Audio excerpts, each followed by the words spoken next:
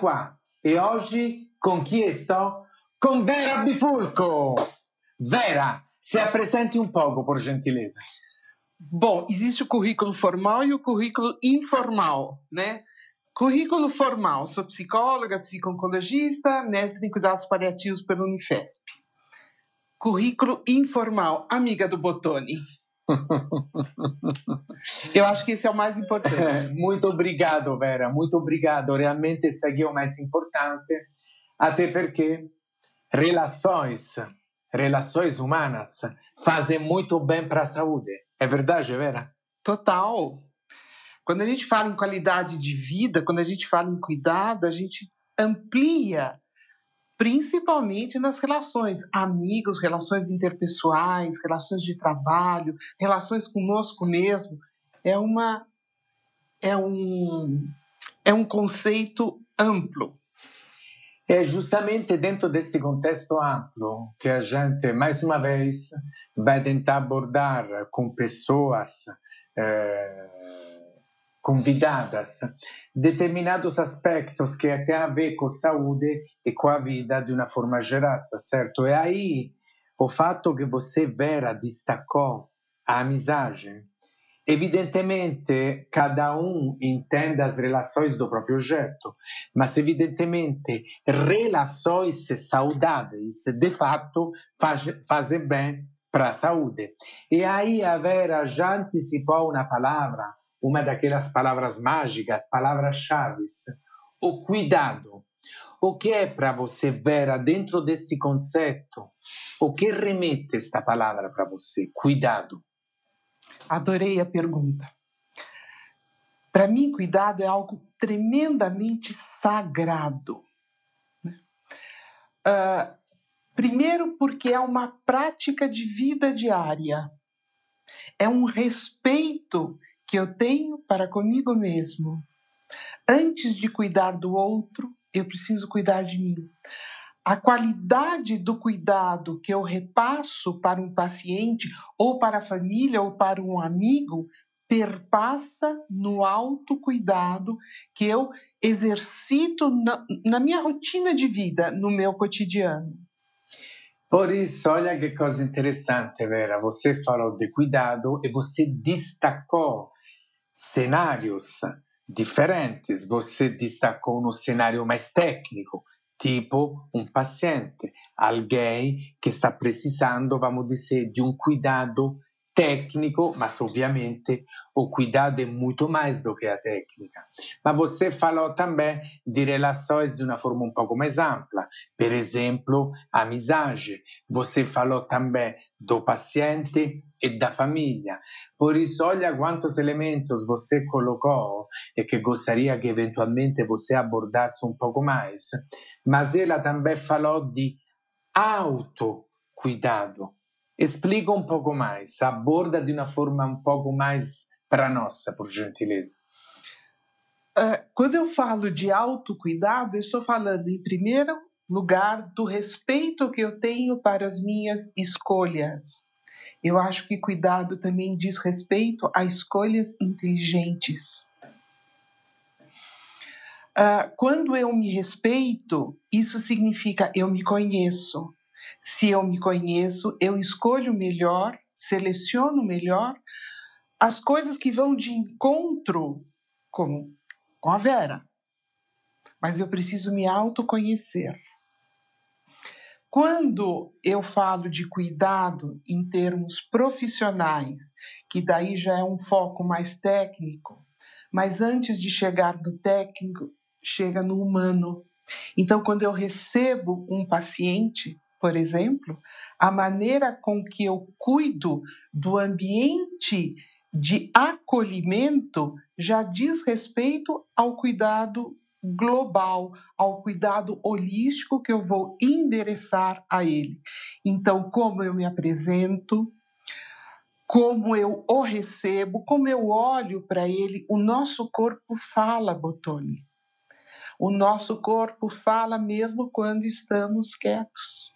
E tudo isto faz parte do cuidar. Posso te dar um exemplo prático? Por favor. Muito bem. Eu estou sentada com você aqui, certo? Uma coisa é eu me posicionar falando com você e mostrando o meu interesse. Então, o meu corpo, ele se inclina a você, ele se aproxima de você. Isso já mostra um interesse em você e no assunto que está sendo explanado. E isso, dentro, por exemplo, de um consultório, dentro de uma conversa, isso diz muito, né? Eu até brinco que nós viramos um verdadeiro orelhão, né? Porque nós ouvimos com os ouvidos, mas ouvimos com a nossa postura, com o olhar e com a inclinação do nosso corpo. É muito diferente de eu estar falando com você assim. Eu estou me afastando de você, né? Esta distância já diz tudo. Então, eu acho que o cuidar, ele requer tudo isso, inclusive o nível do olho no olho. Por isso, Vera, muito interessante isso que você disse. Evidentemente, você abordou, no meu entendimento, uma questão que é a intenção genuína. Ou seja, Sim. Eu tenho algo que me motiva, eu Sim. tenho um propósito, não? E aí o meu propósito, por exemplo, é interagir bem com você, independentemente se é uma questão mais profissional, se é uma questão de amizade, mas enfim, de estabelecer uma relação e que a gente possa se conectar um pouco mais. Mas você, e isso acho que vem um pouco da atitude, da postura, é uma coisa até meio intuitiva. Do outro lado, você até comentou conosco de algumas coisas um pouco mais técnicas, por exemplo, o cuidado dos olhos mais ou menos da mesma altura, ou até de como eu me coloco. Por isso, acho bem interessante, porque no fundo, no meu entendimento, você também fala para nós a intenção é necessária, mas eu sempre posso melhorar na medida que também conheço um pouco mais a meu respeito e também de algumas técnicas. É isso mais ou menos, Vera? É isso e é além disso, né? Quando eu falei da disposição do corpo, tinha uma frase que pelo menos era do meu tempo, né? Que dizia assim: pode falar, eu sou toda ouvidos, né? O que significa ser toda ouvidos? Porque eu estou te escutando, estou te ouvindo com o corpo todo, além da minha atenção, além do meu interesse e além do objetivo de querer te ajudar, né? Então eu acho que todas essas coisas, e são coisas que a gente aprende, sabe? Elas são aprendidas, né? Eu acho que isso é até uma questão de prática, de exercício mesmo, né? Agora eu esqueci a segunda parte da tua pergunta. Mas não se preocupe, a gente já retoma, Vera. Acho que a questão... É que o assunto é complexo. Não, a questão que você disse, outra palavra, vamos dizer assim, mágica, não? Chave, é prática. Ou seja, tudo aquilo, lembrando que a intenção deveria ser genuína, mas tudo aquilo que eu faço, que eu repito, que replico, que me aperfeiçoo, certo? E que pratico, pode realmente melhorar mais, pode gerar resultados melhores, certo?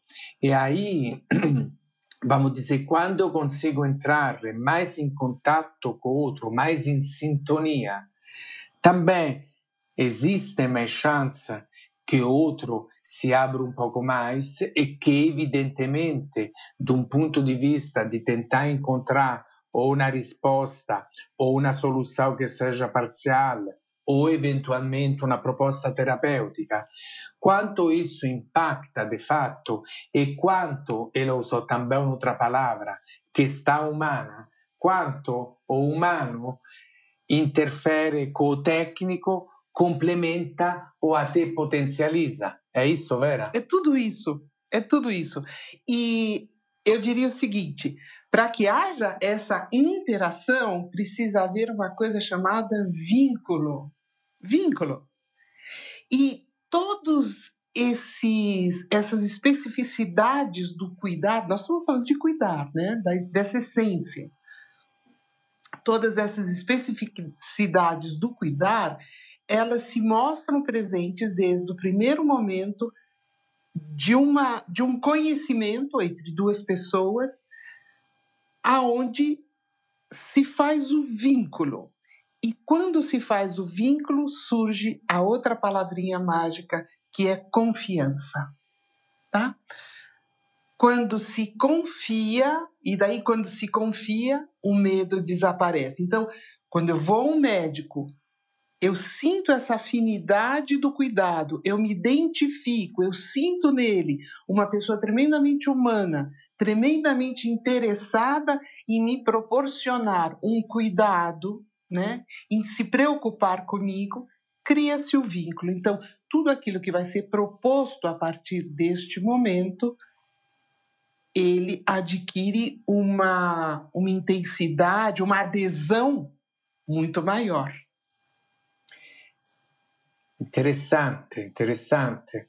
Por isso, na realidade, a gente percebe que no momento que você se coloca de uma forma inteira, óbvio, 100% é impossível, sempre a gente pode melhorar, mas quando a intenção é genuína, quando você está presente, a chance também que você consiga implementar até ter resultados melhores é até meio estratégico, podemos dizer isso? Sim, porque você faz um convite neste momento onde há essa magia do vínculo,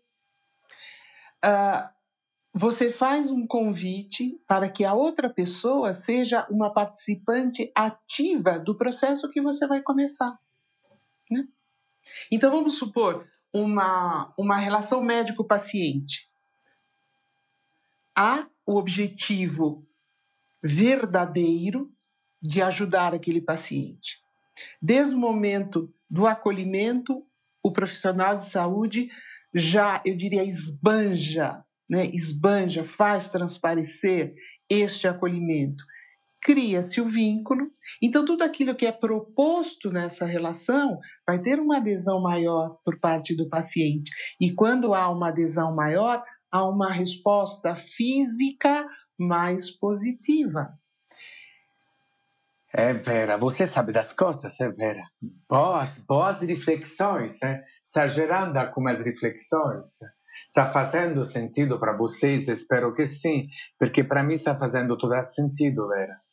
E aí, resgatando um pouco também a questão do autocuidado, porque o autocuidado é importante para cada um de nós. É óbvio que se eu me cuido, espera-se que me cuido bem, está certo?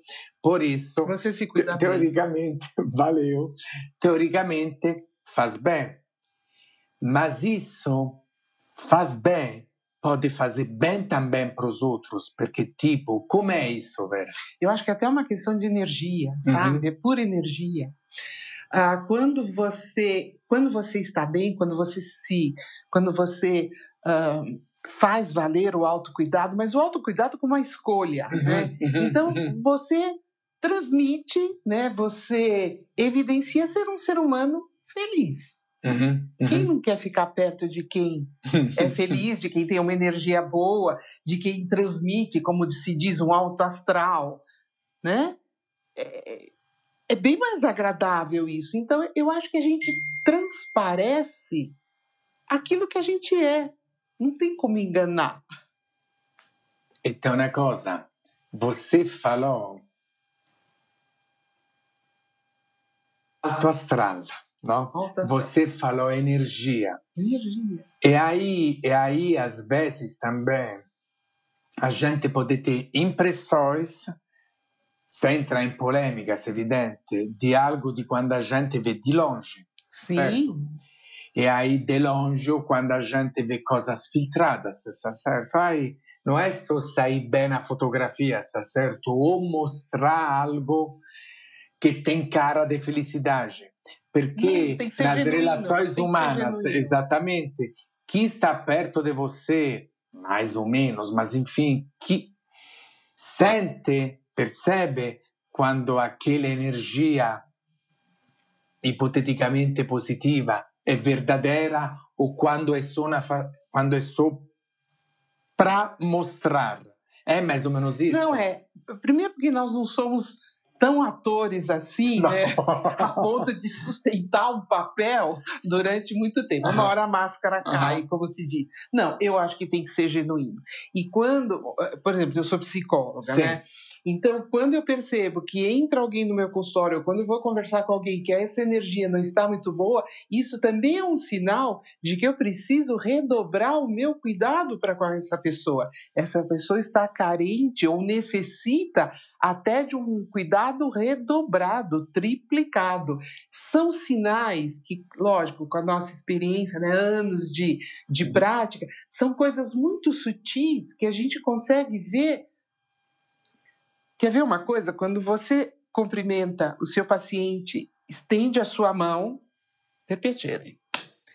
Olha só, sua mão está quente, a minha mão está fria, o coração está quente.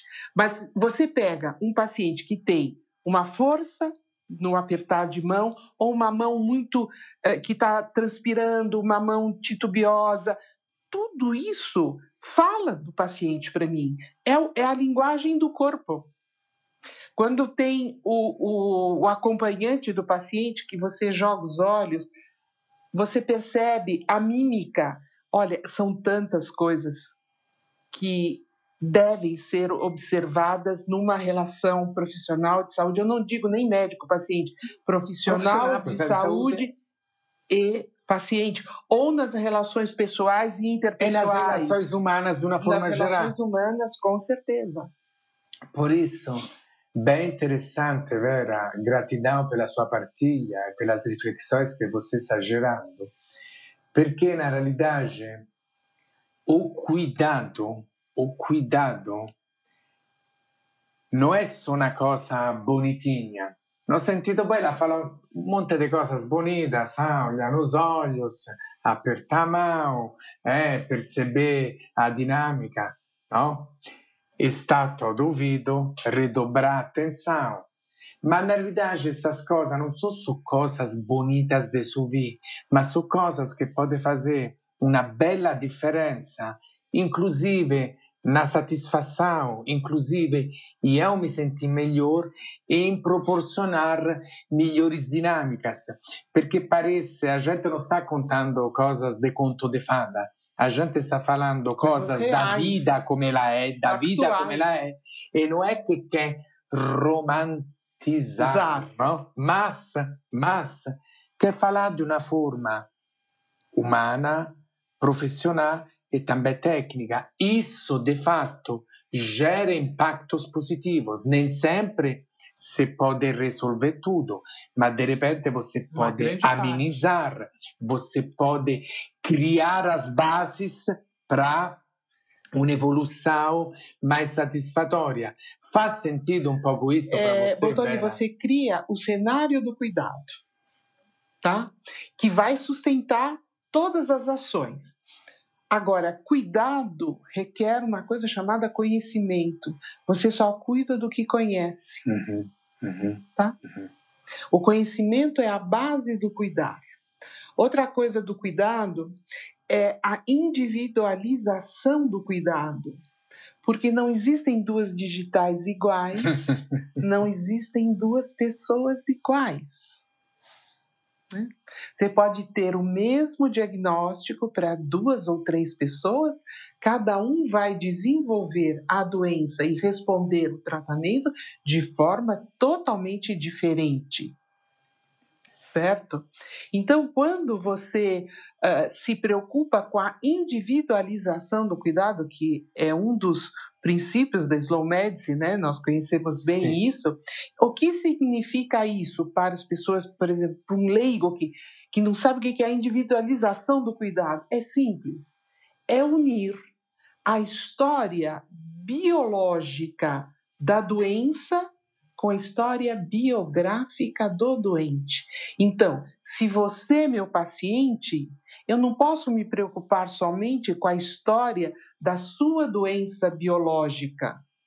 Eu tenho que me preocupar com a sua história biográfica. Quem é o Bottoni? Em que momento da vida essa doença eclodiu? quais são as características que estão modificando este cenário por conta da doença. Então, é importante conhecer esta narrativa, a história pregressa da doença e a história do doente. Quando eu fecho essas duas histórias, eu vou ter um quadro da pessoa que está na minha frente muito mais complexo, muito mais completo. E eu vou poder ajudar muito mais. Obrigado, Vera. E isso, no fundo, também, não é só, novamente, fazendo do meu jeito de falar, você contando histórias. Faz uma bela diferença, porque se você também se interessa, interage, conversa, existe um diálogo e tudo mais, com a biografia daquela pessoa, a chance também de encontrar melhores formas de cura ou de cuidados da doença aumenta. E aí, se você me permite, pensando no cuidado, também e no autocuidado, ativa, quem sabe, um pouco mais o poder da outra pessoa. E por isso, quem sabe, a pessoa também se cuida um pouco mais. Bom, eu parto do princípio que eu sempre convido o paciente, agora vamos falar em termos de profissionais, eu sempre convido o paciente para ser um participante ativo do seu processo de cura. Sim, porque a cura, ela não vem de fora para dentro. A cura é algo que vem de dentro para fora. O que vem de fora é técnica. É técnica. Então, é uma cirurgia, é uma injeção, é um emplasto. Existe emplasto ainda? Não sei, no meu tempo existia. Enfim, tudo isso são técnicas que vêm de fora, tá? Uma quimioterapia, uma radioterapia, enfim. Mas a cura é o que esta técnica vai modificar dentro de mim. E daí sou eu. E se esse meu interior é um interior otimista, positivista, Sêneca, o grande filósofo Sêneca, ele falava que a cura começa com a vontade de ser curado. Então, se eu tenho esta vontade, se esse é meu objetivo, se eu me mobilizo para isso, as chances de uma resposta mais positiva, por favor, não podemos generalizar e não vamos entrar em, assim... Fala tranquilamente. Mas a chance de eu obter uma resposta muito mais positiva por parte do paciente e família, porque paciente e família são uma única unidade de atendimento, dificilmente você vai conseguir dissociar essas duas coisas, essas duas unidades. Eu vou ter uma resposta muito mais positiva. Por isso, muito obrigado, Vera. E olha que coisa interessante, porque na realidade você tomou cuidado, mas eu te disse, fala tranquilamente. Não é que a Vera e eu queremos falar que o que vem de fora não é importante, que o medicamento não seja importante, que até é importante, mas não é o único elemento a ser considerado. Quando a pessoa, e isso novamente, tentando de ampliar, este aqui é um exemplo, porque isso pode se aplicar, Vera, a outras situações da nossa vida. A gente pode ir em um lugar, um ristorante famoso, e de repente non tem un'ottima esperienza. A gente pode ir no ristorante, numa bela trattoria, ou mangiare una bella pizza, perfetto, menos famoso, mas a gente aproveitar ao máximo. A noite, per esempio, ter un'esperienza fantastica, interagir muito bem com as pessoas, ser muito bem atendido, está certo? Aí a comida em si, no caso, fazendo o exemplo do ristorante, é importante, Óbvio que é, mas não é o único elemento. Não. Por isso, cuidado e também experiência são elementos importantes, não? Hoje de manhã nós participamos de uma jornada onde esse assunto veio à tona e se falava, inclusive, que muitas vezes a companhia, quando você vai comer, é muito mais importante do que propriamente a comida, né? Se está um clima, nossa, delicioso, uma conversa que está rolando bacana, tudo isso são ingredientes que muitas vezes você não encontra na comida, mas que vão tornar aquela comida assim, uau! Se perguntarem, o que você comeu? Não sei, acho que foi a melhor pizza que eu já comi na minha vida, mas será que é só a pizza? Não, é todo o entorno, é tudo aquilo que aconteceu junto com a pizza, que vem junto. E isso é na vida, também, é fazer o clima, fazer o cenário. E também como eu estou presente, está certo? Sim. Por isso vocês percebem que quando a gente pensa em saúde, quando nós pensamos em qualidade de vida e bem-estar, evidentemente são sempre vários elementos. Pode ter elementos mais importantes, outros menos, mas também depende do momento, da situação das pessoas, e assim vai.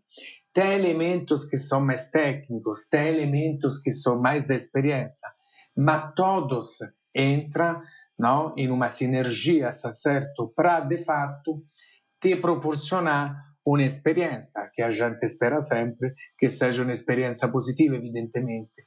Por isso, quando a gente aborda cuidados em saúde, novamente, já iniciando a fechar esse nosso encontro, Vera, cuidados em saúde e cuidados na vida, não? Sempre nesse conceito amplo, pode realmente ter um impacto extremamente importante. E se você se lembra, a gente já abordou em 2 momentos o conceito do autocuidado. Por isso, faz para mim, faz para nós esse link quase que de fechamento entre autocuidado e cuidado. Bom, primeiro, eu acho que você falou cuidados em saúde e cuidados na vida. O cuidados na vida vem antes, né? Certo? Perfeito. Esse é o primeiro. Porque quanto mais eu tenho cuidados na vida, talvez esses cuidados, eles vão se refletir na minha saúde. Isso é...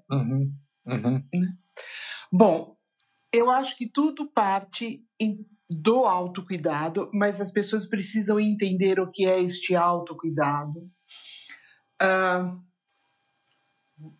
Vou tentar resumir no seguinte. A segunda grande máxima bíblica é: ame o teu próximo como a ti mesmo, certo? Primeiramente, a Deus acima de todas as coisas.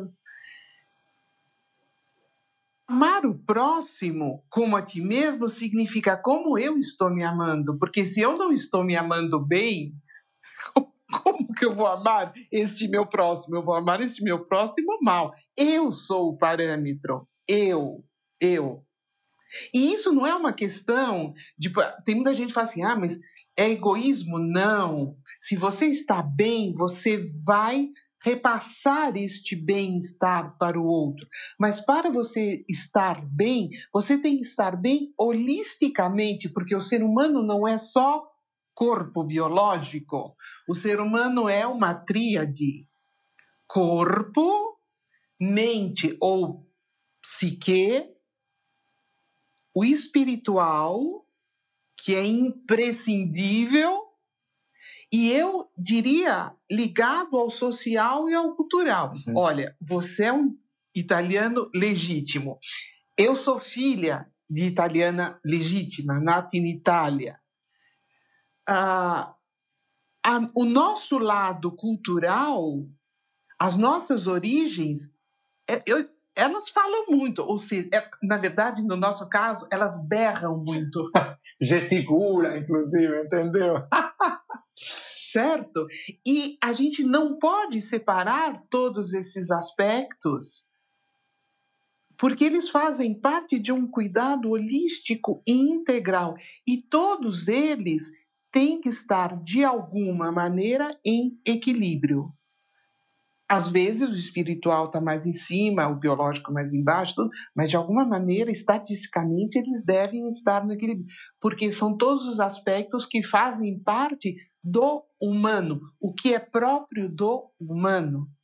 Então, na medida em que você consegue fazer boas escolhas, aonde você tem esse olhar mais sensível para com você mesmo, quando você se pega no colo, quando você se acolhe, eu acho que as coisas começam a acontecer de uma maneira bem melhor.